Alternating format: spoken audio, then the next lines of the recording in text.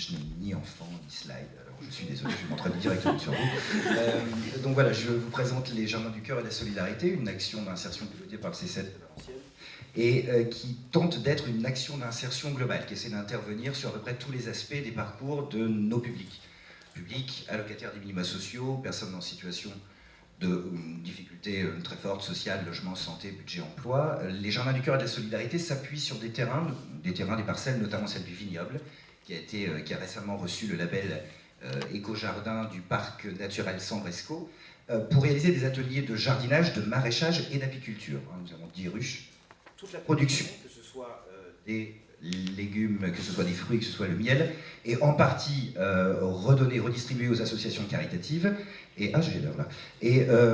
Donc, associations caritatives. Le reste est redistribué à nos participants ou utilisé dans le cadre des tables solidaires, des tables d'hôtes que nous réalisons chaque mois, réalisées, animées par notre public auprès des clubs seniors.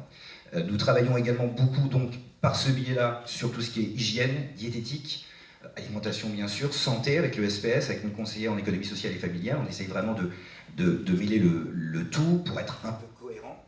Pour être cohérent, oui, c'est... Ah non, j'ai perdu du temps.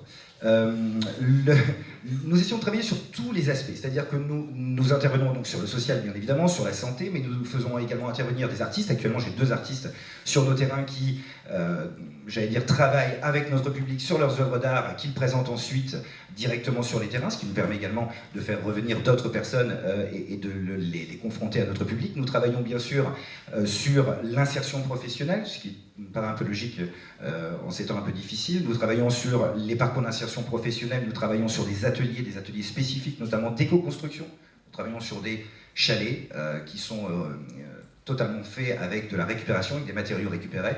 Ça permet non seulement de donner une expérience aux personnes, mais ça leur permet également de relancer, redynamiser un parcours d'insertion professionnelle.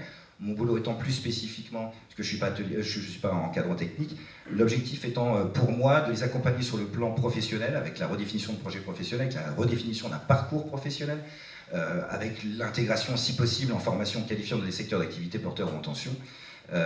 Voilà, donc c'est vraiment un travail global qu'essaye de faire le CCAS par le biais des Jardins du Cœur et de la Solidarité. Je pense que c'est pour cette raison que nous avons été récompensés récemment. Travailler sur la personne, travailler sur la socialisation. Il y a 60 personnes qui, à l'année, bénévolement, interviennent au Jardin du Cœur. On n'est pas un chantier d'insertion, donc les personnes ne sont pas rémunérées, elles le font bénévolement.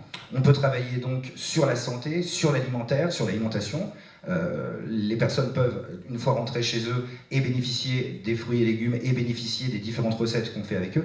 Et on peut travailler sur tout le reste. Je ne vais pas vous parler de la pyramide de Maslow, c'est peut-être... on l'a déjà fait peut-être 1000 fois, mais on essaye effectivement d'intervenir sur le social, sur le logement, sur le budget, sur l'emploi, sur la culture. Voilà, merci.